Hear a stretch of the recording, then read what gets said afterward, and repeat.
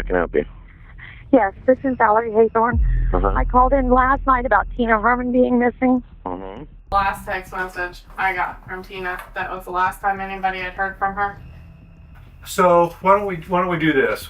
Why did you know she was going to go look? That Tina was going to go look at a house? I've been bringing her the mids bags to work because of. When detectives found 3 people missing, they expected a killer.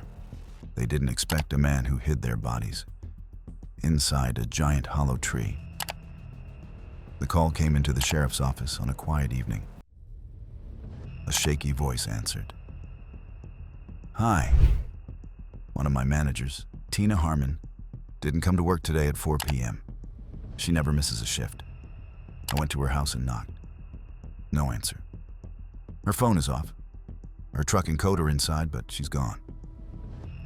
A day later, Valerie called again, this time terrified. "Yes, this is Valerie. I'm at Tina's house now. I went inside because I'm so worried. There's blood everywhere." The Discovery deputies rushed to 481 King Beach Drive. Inside, the home looked like a scene torn straight from a nightmare. Blood trailed from the front door through the hallway and into multiple rooms. Groceries were scattered across the kitchen floor. Bags dropped mid-step, as if Tina had walked into danger the moment she arrived home. Tina Herrmann and her 2 children, her 13-year-old daughter and 11-year-old son, were nowhere to be found. A closer examination revealed 3 separate blood patterns in different rooms. Drag marks from each area led toward the bathroom.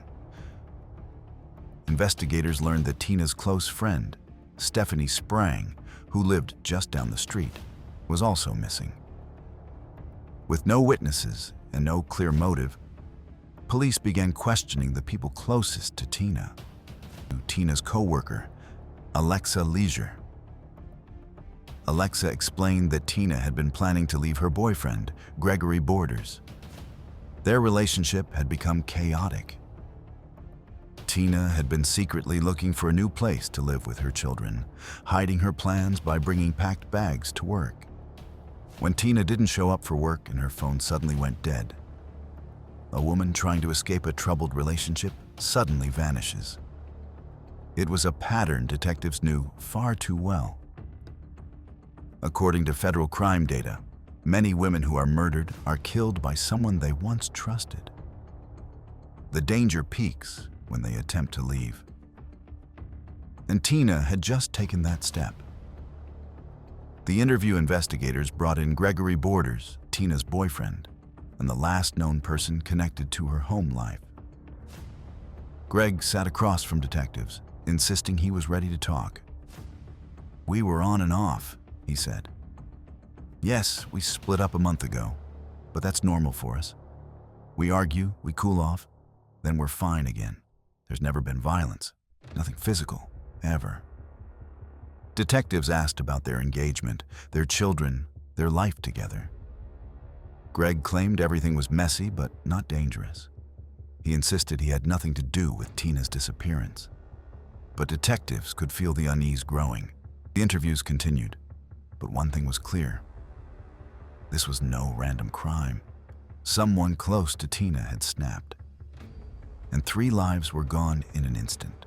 He explained that their biggest problems came from jealousy, arguments, and money. He admitted that just a month earlier, he had caught Tina texting another man. When he confronted her, she acted like it wasn't serious. They stopped talking for several days before eventually making up. But the trust was already damaged. Borders said he tried to end things because he couldn't handle the fear of her talking to other men every time they argued. Still, he insisted he loved her. On Wednesday morning, the day the family disappeared, Borders said Tina woke up unusually early. She argued with him, tried to convince him to come straight home after work, and grew angry when he said he planned to stay at a friend's house. He claimed she thought he might be seeing another woman. He left for work, then went golfing with his friend, and later spent the night at his house. Investigators checked his story. Everything matched. His phone, work records, and witness statements proved he was more than 80 miles away. With no evidence tying him to the crime, Borders was cleared. Police returned to the crime scene for a deeper search. That's when they found something important in the garage, a Walmart bag filled with tarps and heavy-duty trash bags. The receipt was still inside. Detectives contacted the local Walmart. Surveillance footage showed a white man buying those items shortly after midnight, just hours after the family vanished. The footage also captured the man walking to a silver Toyota Yaris.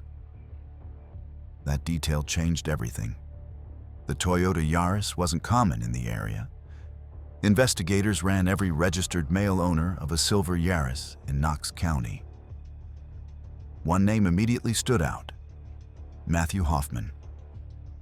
Not only was he a match physically, but in his driver's license photo he wore the exact same camouflage shirt seen in the Walmart footage. Armed with this evidence, police obtained a search warrant. When officers entered Hoffman's home, they found him asleep and noticed fresh scratches on his arms. Inside, piles of leaves covered the floors, walls, and bags. Bizarre, but not the worst. Behind a blocked basement door, they discovered Tina's 13-year-old daughter alive, bound with rope and duct tape. Hoffman was immediately arrested.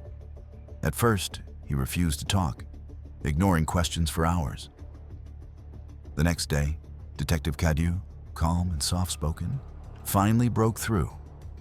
Hoffman admitted he must have done something terrible but was too scared to face it. He confessed to tying up the girl, but wouldn't reveal the other victim's location unless police let him escape and shoot him. Facing overwhelming evidence and the death penalty, Hoffman eventually confessed fully. He admitted dismembering the victims and hiding their remains in garbage bags inside a hollow beech tree in the Kokosang wildlife area, believing no one would ever find them. When investigators reached the remote location, they quickly found the tree. Using chainsaws, they opened the trunk and recovered the bags containing the remains of Tina Herrmann, her 11-year-old son, and family friend Stephanie Sprang. Hoffman then explained what happened on the day of the murders. He said he originally entered the house to commit a burglary while the family was away. But Tina unexpectedly came home with groceries. Hoffman attacked her and stabbed her multiple times. Moments later, Stephanie arrived and walked straight into the crime scene. Hoffman killed her too. He began dismembering the bodies, but during this gruesome process, Tina's children came home from school. They became his next victims. Matthew Hoffman was charged with aggravated murder, kidnapping, rape, and tampering with evidence. He avoided the death penalty through the plea deal, but he received life in prison without the possibility of parole, ensuring he will never be free again.